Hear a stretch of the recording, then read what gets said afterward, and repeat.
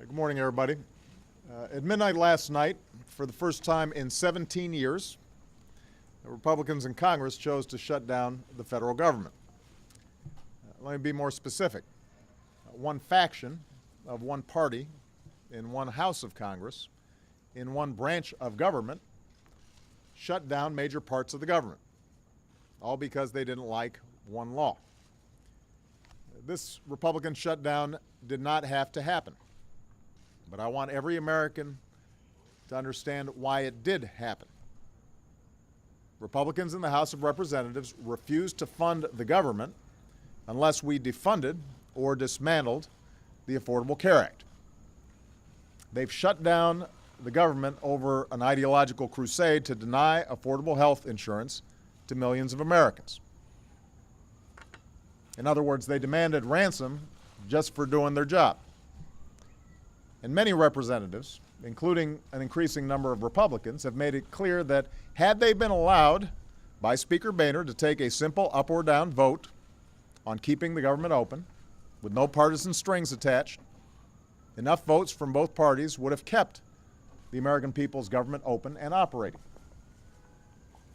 Now, we may not know the full impact of this Republican shutdown for some time. It will depend on how long it lasts. But we do know a couple of things. We know that the last time Republicans shut down the government in 1996, it hurt our economy. And unlike 1996, our economy is still recovering from the worst recession in generations.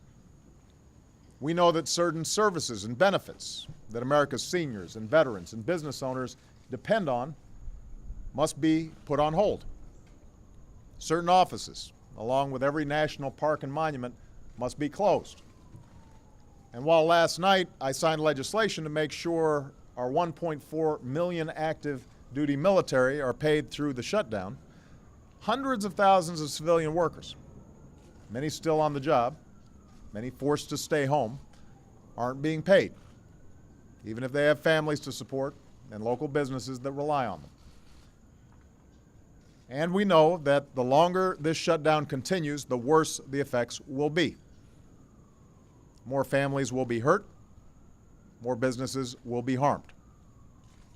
So once again, I urge House Republicans to reopen the government, restart the services Americans depend on, and allow the public servants who have been sent home to return to work. This is only going to happen when Republicans realize they don't get to hold the entire economy hostage over ideological demands. As I've said repeatedly, I am prepared to work with Democrats and Republicans to do the things we need to do to grow the economy and create jobs and get our fiscal house in order over the long run. Although I should add, this shutdown isn't about deficits or spending or budgets.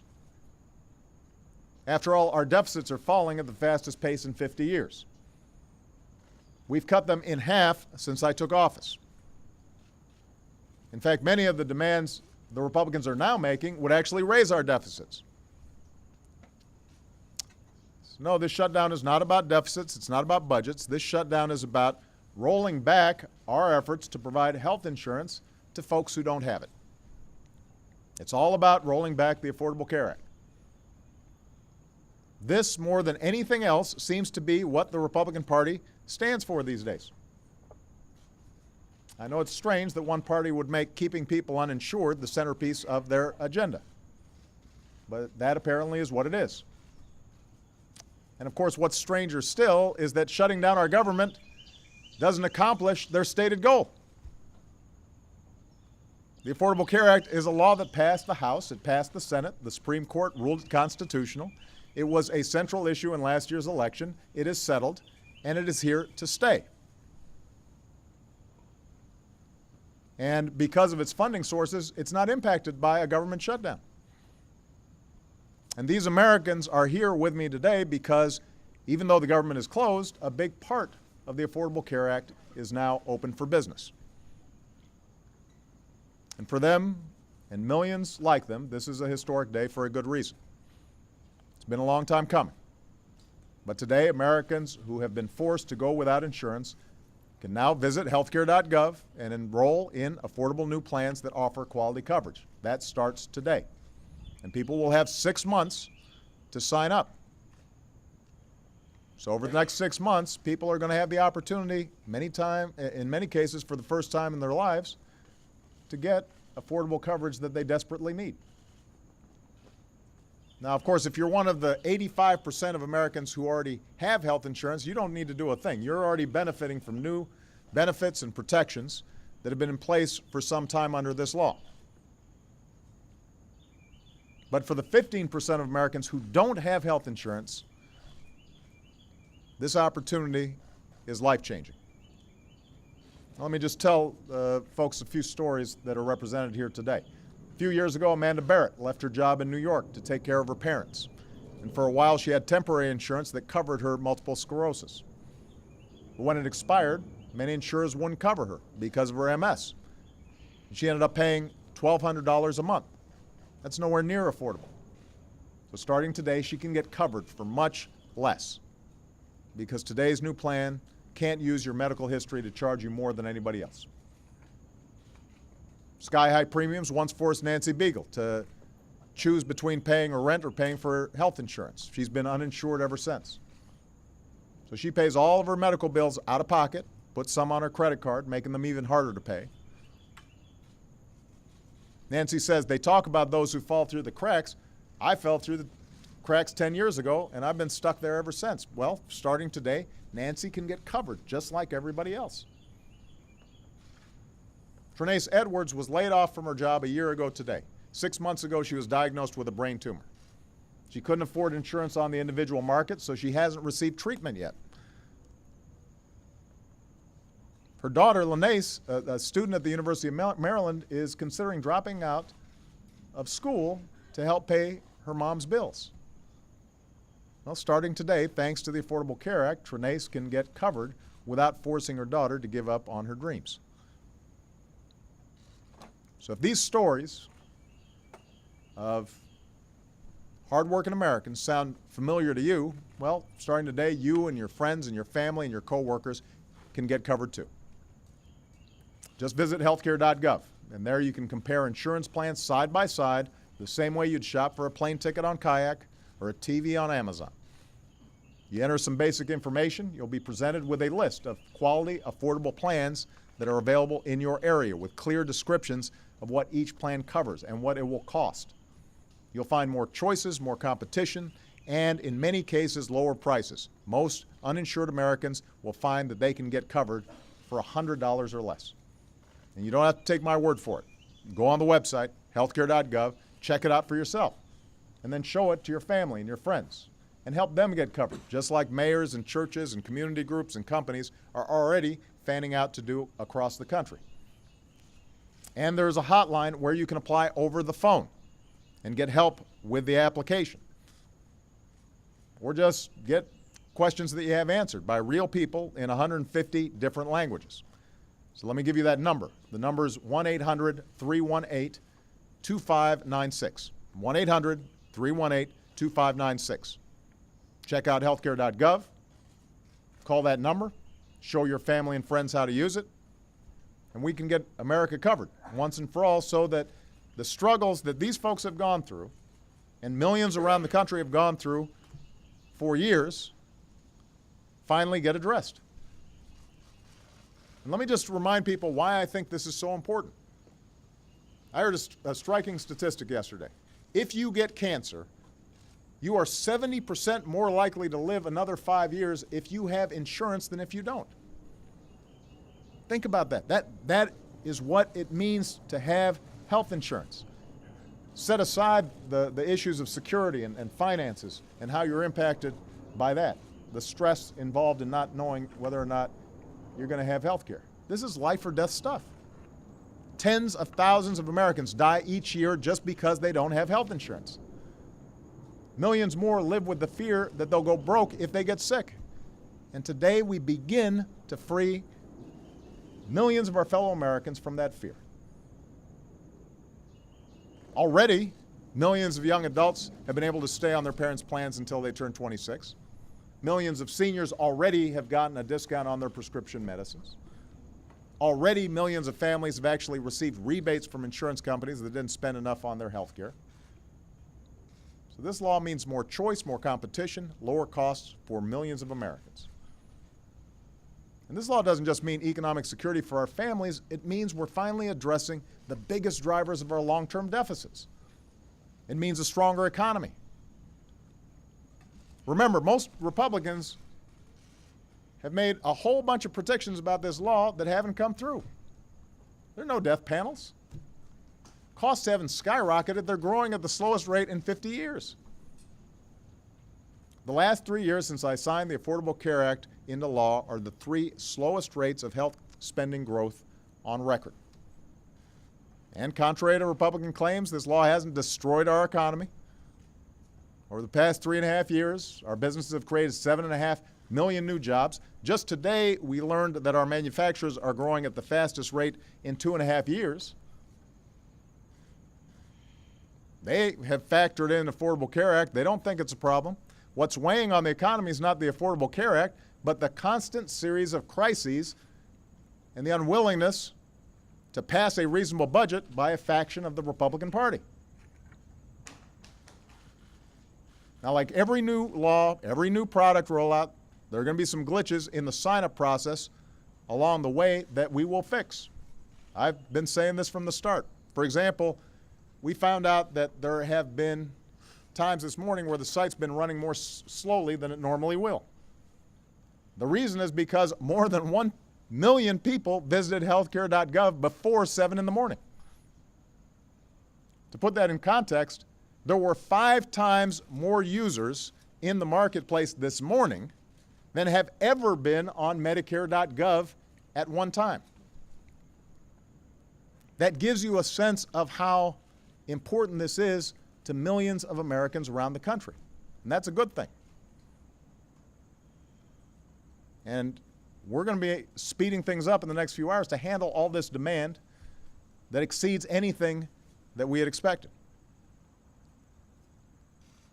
Consider that just a couple of weeks ago, Apple rolled out a new mobile operating system. And within days, they found a glitch, so they fixed it. I don't remember anybody suggesting Apple should stop selling iPhones or iPads, or threatening to shut down the company if they didn't. That's not how we do things in America. We don't actively root for failure. We get to work, we make things happen, we make them better, we keep going.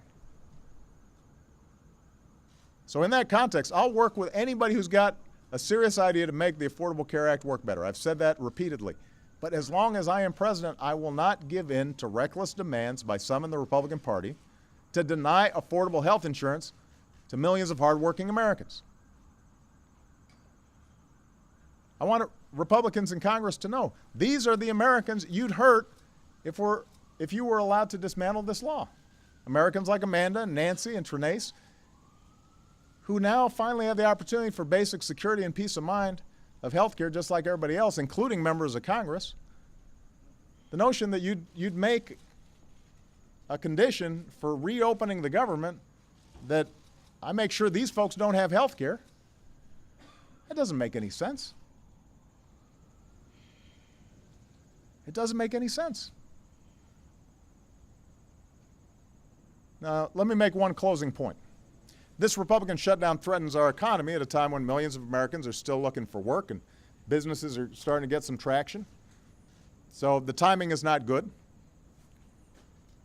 Of course, a lot of the Republicans in the House ran for office 2 years ago promising to shut down the government, and so apparently they've now gotten their wish.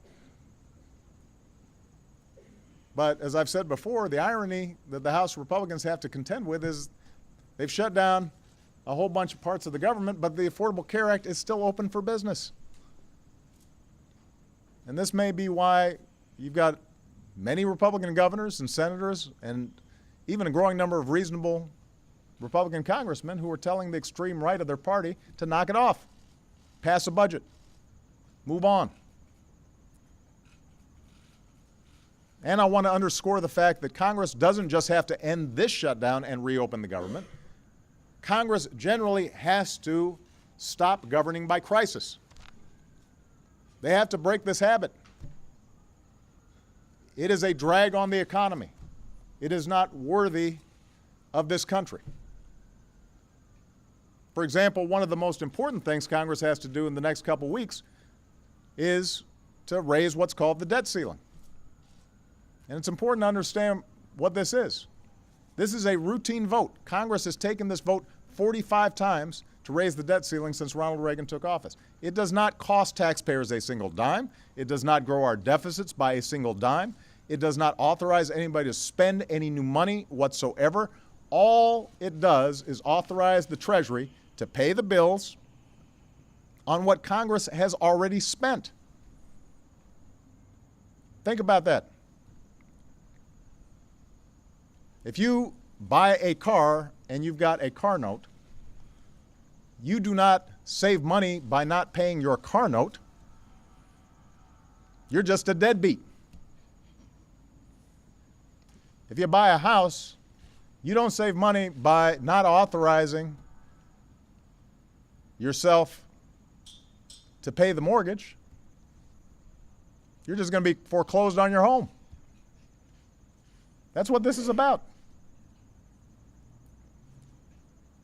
It is routine. It is what they're supposed to do. This is not a concession to me. It is not some demand that's unreasonable that I'm making. This is what Congress is supposed to do as a routine matter. And they shouldn't wait until the last minute to do it. The last time Republicans even threatened this course of action, many of you remember, back in 2011. Our economy staggered. Our credit rating was downgraded for the first time. If they go through with it this time and force the United States to default on its obligations for the first time in history, it'd be far more dangerous than a government shutdown, as bad as a shutdown is. It would be an economic shutdown. So I'll speak more on this in the coming days, but let me repeat. I will not negotiate over Congress's responsibility to pay bills it's already racked up. I'm not going to allow anybody to drag the good name of the United States of America through the mud just to refight a settled election or extract ideological demands. Nobody gets to hurt our economy and millions of hardworking families over a law you don't like. There are a whole bunch of things that I'd like to see passed through Congress that the House Republicans haven't passed yet. And I'm not out there saying, well, I'm going to let America default unless Congress does something that they don't want to do. That's not how adults operate. Certainly that's not how our government should operate. And that's true whether there's a Democrat in this office or a Republican in this office. Doesn't matter whether it's a Democratic House of Representatives or a Republican-controlled House of Representatives. There's certain rules that everybody abides by because we don't want to hurt other people just because we have a political disagreement. So my basic message to Congress is this: pass a budget, end the government shutdown. Pay your bills. Prevent an economic shutdown. Don't wait. Don't delay. Don't put our economy or our people through this any longer. I'm more than happy to work with them on all kinds of issues. I want to get back to work on the things that the American people sent us here to work on: creating new jobs, new growth, new security for our middle class. We're better than this. Certainly the American people are a lot better than this.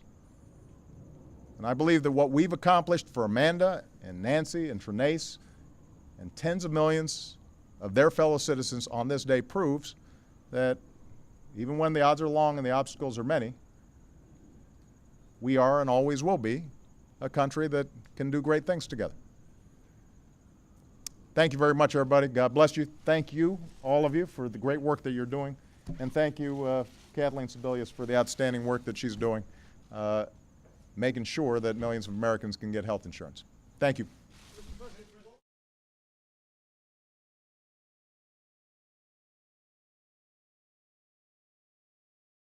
This Republican shutdown for some time. It will depend on how long it lasts. But we do know a couple of things. We know that the last time Republicans shut down the government in 1996, it hurt our economy.